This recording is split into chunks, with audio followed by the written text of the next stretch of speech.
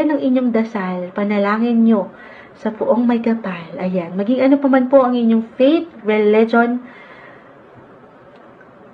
diretsahan, maaring merong balita kayong matanggap, merong grasya, merong blessing, baby blessing na umangat.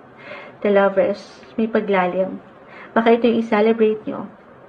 Lalo pa po, if this is something na matagal nyo na nga pong kinapitan, pinanalangin, or nilulook forward sa inyong relasyon.